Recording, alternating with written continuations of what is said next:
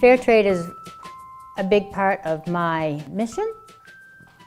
It's important that people understand that child slave labor is not, it's very prominent and people don't understand that. So we did a whole thing right before Easter. We did a workshop on, a documentary on the dark side of chocolate for the congregation. And then we talked about the type of chocolates they could buy. And then next couple of weeks we sold chocolate, which we sold a lot more chocolate than we did before because they understood more. And that is part of what's going to get congregations more involved is the education. They need to really understand what's behind the mission.